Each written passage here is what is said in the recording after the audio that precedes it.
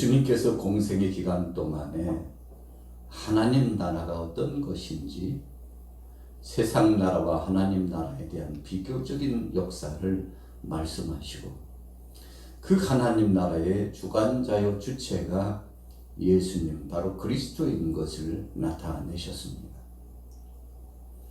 이사야서에 말씀한 대로 그리스도께서 오시면 안전병이가 일어나고 귀신이 쫓김을 당하고 저는 자들이 온전하게 되고 이 세상 가운데 하나님 나라의 회복에 대한 말씀을 선포하시고 직접 그 주권자이신 그리스도께서 하나님 나라가 어떤 것인지를 확연하게 보여주시며 임재할 것임을 말씀했죠.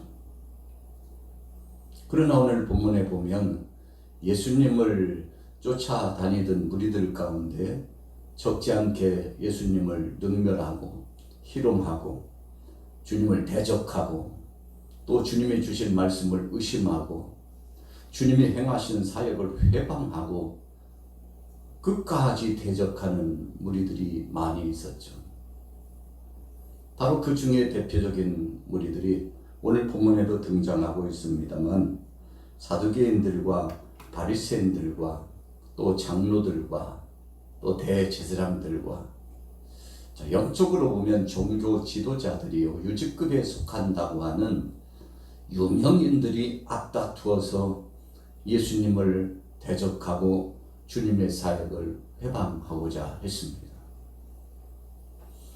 오늘 누가복음 20장 초입 이전에 19장 후미에 보면 예수님께서 성전을 청결케 하시고 내 집은 만민의 기도하는 집이라고 말씀을 선포해 주셨지 않습니까? 자 보세요. 19장 45절 같이 한번 읽습니다. 45절 시작. 성전에 들어가사 장사하는 자들을 내쫓으시며 그들에게 이르시되 기록된 바 내 집은 기도하는 집이 되리라 하였거늘 너희는 강도의 속을 만들었도다 하시니라. 성전이 성전되지 못했어요. 자, 가시적인 성전도 그랬고 마음의 성전도 그랬습니다. 사람들이 형식을 갖추고 예배당에 나가서 성전에서 하나님 앞에 예배할 때 온전한 예배 중심의 마음이 이 속에 정립되지 못했습니다. 그래서 만민의 기도하는 집, 거룩한 은혜의 전당, 하나님 임재하시고 영광 받으실 그곳이 세상 사람들의 이목이 집중되고 이권 다툼거리가 이 성전을 중심으로 나타났던 것이죠.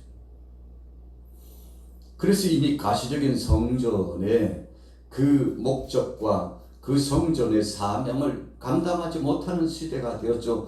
그뿐 아닙니다. 거기에 들어가서 예배하는 자들이 마음속에 진심으로 하나님을 영접하고 하나님 앞에 영광 돌리고 자기 자신들이 죄인임을 알고 철저하게 회개하고 하나님 앞에 온전한 자로 되려고 그렇게 소원을 품고서 믿음대로 사는 사람들이 많지 않았던 것입니다.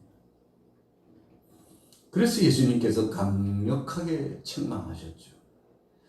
그러고 나니까 예수님을 졸졸졸졸 따라왔던 추종자들이 있었죠. 자, 누가복음 19장 47절 보세요. 47절 읽습니다. 시작. 예수께서 날마다 성전에서 가르치시니 대제사장들과 서기관들과 백성의 지도자들이 그를 죽이려고 꾀하되 백성이 다 그에게 귀를 기울여 들으므로 어찌할 방도를 찾지 못하였더라.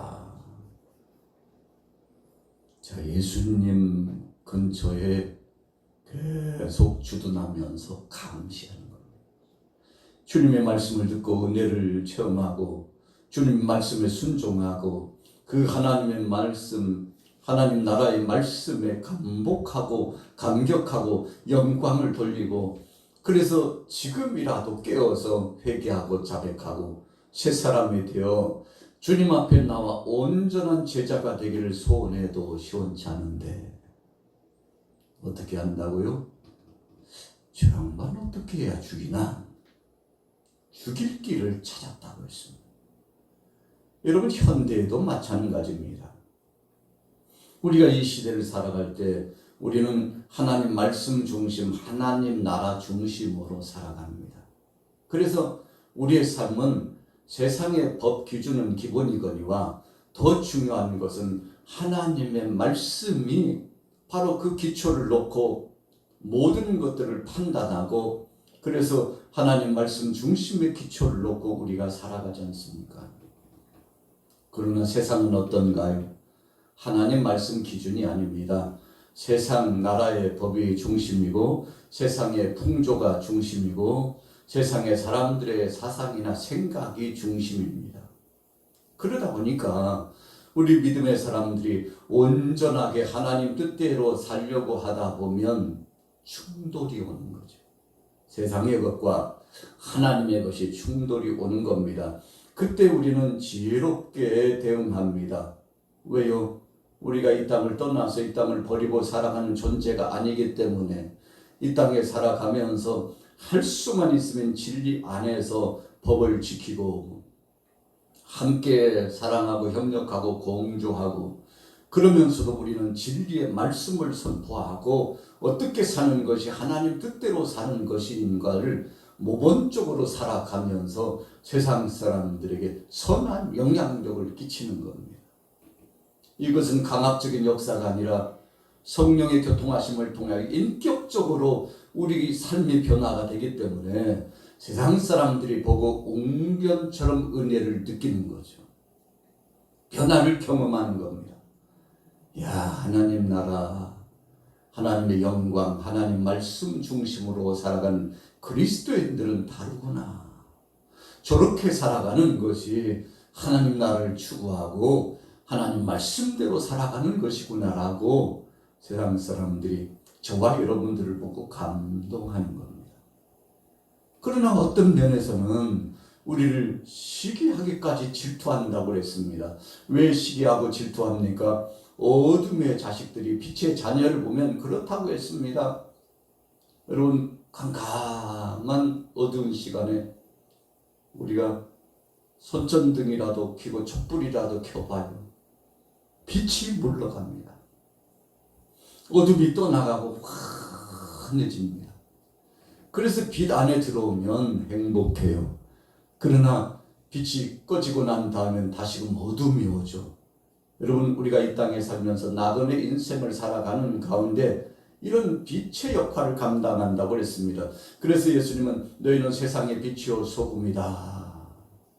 빛을 등경 위에 두지 등경 아래 두지 않는다고 했고, 소금이 맛을 잃으면 안 되고 적절하게 맛을 내야 해서 그 역할 감당이 얼마나 중요한 것인지를 말씀했고, 그 역할을 감당하지 못하면 소금이 맛을 잃으면 길거리에 버린다고 했습니다.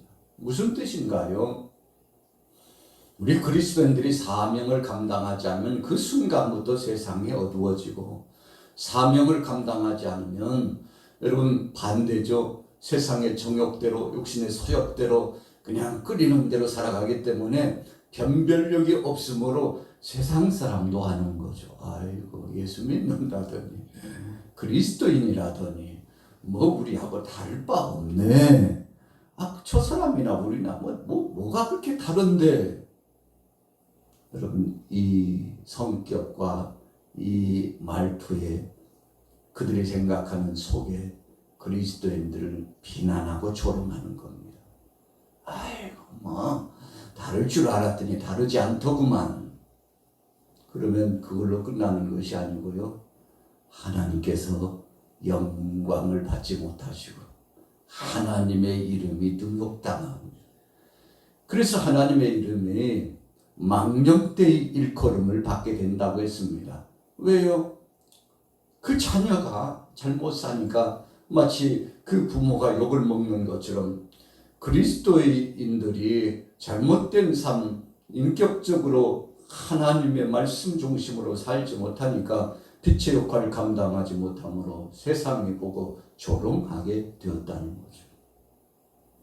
그러나 빛대로, 말씀대로, 하나님의 법칙대로, 하나님 나라의 은혜의 말씀으로 살아가면 어떤가요? 세상이 그냥 내버려 두지 않습니다. 얼마나 시샘하고 조롱하고 폄하시키고 핍박을 하는지. 오늘 예수님께서 성전을 청결케 하시고 귀신의 권세를 쫓아내고 병자를 치유하시고 하나님 나라의 말씀을 전하니까 좀 맑게나 하고 힘기나 쓰고 권세나 있다는 사람들이 예수님 감시하려고 쫓아다녔다는 거죠. 그래서 주님 주위에 있는 부류 가운데는 두 부류예요. 한 부류는 주님의 말씀을 사모하고 그 말씀이 떨어지면 아멘 아멘 받아먹고 주님 뜻대로 주님 앞에 선대하고 주님을 쫓아가는 제자급에 속한 믿음의 사람들. 그 외에 또 한 부류는 예수님을 감시하고 어떻게 하면 죽일까 하고 주님을 대적하는 어둠의 자식들과 같은 육신의 소욕자들이 있죠. 오늘 예수님께서 저들에게 질문을 당했습니다. 아니 당신은 도대체 무슨 권세로 일을 하는 것이요? 라고 물었어요. 참 하나님 되신 예수님 앞에 방자히 행하는 거죠. 왜요? 믿지 못하니까 그런 겁니다. 여러분 세상 사람들이 하나님의 역사하심과 하나님의 뜻과 그 말씀을 믿지 못하기 때문에 경시하고 무시하고 그리고 대적해 오는 것인데 예수님께도 똑같은 태도를 했어요. 당신 도대체 무슨 권세로 하느냐고. 그랬더니 예수님께서 즉답을 피하고 오히려 이렇게 물으셨죠. 여보시게들 세례 요한이 도대체 무슨 권위로 저렇게 하고 다니는 거예요? 세례 요한에 대해서 어떻게 생각하시오? 그러니까 사람들이 생각을 해봅니다. 하나님께서 보내셔서 하나님이 주신 성읍을 이루는 자라 하면 아니 어찌하여 당신들은 믿지 않소? 하나님이 보내셨다는데. 그렇지 않고 그 반대로 참 세상에 참 못된 사람이 있지. 저렇게 방자에 행하고 자기 마음대로 행하는 사람이라고 하면 세례 요한이 하나님께로부터 온 것을 믿는 무리들이 많으므로 혹시라도 문매를 맞을까 두려워가지고 영적인 지도자요 말케나 하고 권세나 있는 사람들이 감히 대답을 하지 못했다고 했습니다. 그때 예수님 말씀하셨어요. 나도 너에게 대답하지 않으리라. 여러분 그러면 예수님께서 불분명하게 말씀하신 건가요? 아니에요. 저들의 양심에 물으신 겁니다. 진실로 너희가 그들을 볼 때, 나를 볼 때, 세례 요한을 볼 때 정말 하나님이 급하셨고 하나님 영광을 위한 일이요. 악한 권세들이 떠나가고 귀신의 역사가 떠나가고 하나님 나라가 이루어지고 하나님의 뜻이 이루어진다고 생각한다면 왜 믿지 않으냐? 내가 바로 하늘의 권세를 가지고 왔고 하나님 나라를 주관하는 하나님이요 그리스도인데 왜 내가 전하는 이 말을 믿지 않고 나를 죽이려고 도전해 오느냐 하고 예수님께서 그 양심에 물으시고 책직한 겁니다. 그래, 당신들은 인격적으로 어떤 생각을 갖고 있어? 그러니까 말을 못하는 거. 여러분 우리가 일반적으로 침묵은 긍정이라고 그랬습니다. 당신은 이렇게 생각하십니까? 저렇게 생각하십니까? 라고 물은데 어떤 때 입장 곤란할 때가 있거든요. 생각해보니까 다 옳은데 그렇다고 하면 체면이 서지 않아가지고 침묵. 여러분 그래서 그런 침묵은 긍정이요 인정이라고 표현하는 거죠. 자 오늘 본문에 돌아가 보세요. 9절부터 보니까 포도 농부들의 비유가 있는데 이 말씀의 요약은 이렇습니다. 구약의 시대에 예수님께서 오시기 전에 그 무수한 선지자들을 급하게 가지고 하나님께 돌아오라 아버지께 돌아오라 했는데 돌아오지 않아요.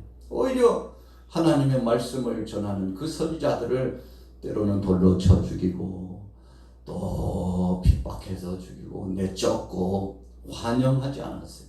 첫 번째도 두 번째도 세 번째도 왜 예수님께서 3번씩이나 밤과 이 3이라고 하는 숫자는 완전수예요.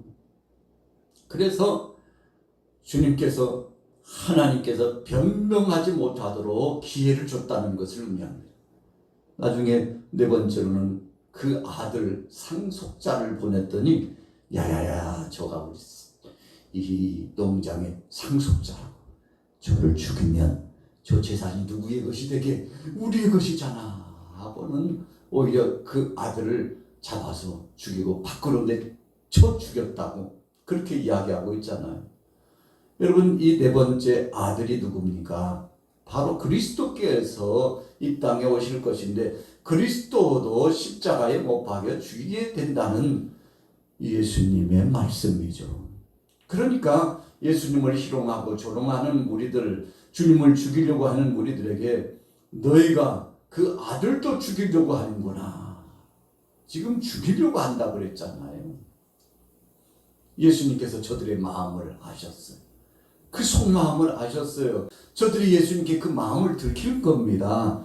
아, 상속자인 그 아들도 죽이려고 했는데 너희가 똑같은 생각을 갖고 하나님 앞에 득지하고 있도다. 여러분, 저들이 모를 리가 없습니다. 양심에 찔려가지고 어쩔 줄을 몰랐죠. 여러분, 우리가 이 세상을 살아가면서 믿음대로 산다는 것과 믿지 않고 불신앙으로 불순종한다는 것의 차이는 바로 그런 겁니다. 오늘 저와 여러분들은 하루 일상을 살아가면서 주님을 믿는 자입니까? 아니면 관망하는 구경꾼입니까? 아니면 주님을 대적하고 끊임없이 그리스도적인 행보를 진행하는 사람들입니까? 여러분, 아무것도 아니에요. 아무데도 속하지 않았어요. 그런 사람은 없습니다. 이 셋 중에 다 속해 있어요. 여러분, 정말 지혜롭고 현명한 사람은 예수님께서 그리스도시요 2000년 전에 오셔서 십자가에 못 박여 죽으신 그분이 나의 구주요 나를 위하여 전부 주셨다는 사실을 감사하고 감격하면서 빚진 자로서 오늘도 내일도 앞으로도 생명의 복음을 다른 사람들에게 전해서 나만 이 행복감에 젖어 있지 않고 나만 구원받는 바늘에 들어가지 않고 다른 사람도 함께 들어가도록 하기 위해서 대통령에게도 국무위원에게도 국회의원에게도 세상의 그 무수한 사람들에게 세계 모든 족속들에게 복음을 계속 전하는 것이 저와 여러분들의 사명입니다.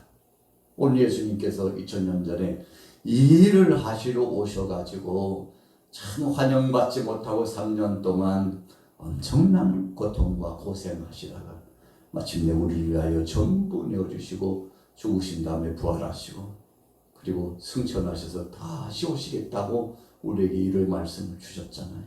자, 오늘 하루 동안 여러분들은 선지자를 환영하는 사람, 그리스도를 환영하는 사람, 하나님의 말씀을 믿음으로 받아들이고 순응하는 사람, 그래서 거슬리는 자, 대적하는 자가 아니라 성령께서 단식하는 자가 아니라 성령이 기뻐하시고 우리 가운데 하감하시고 이루하시고 능력의 역사로 함께 하셔서 우리가 쓰임받고 성삼위 하나님의 교통하심이 있는 그런 복된 자, 은혜로운 자 되셔서 주님 오시는 날 칭찬받는 믿음의 사람 되시기를 예수님의 이름으로 축원합니다.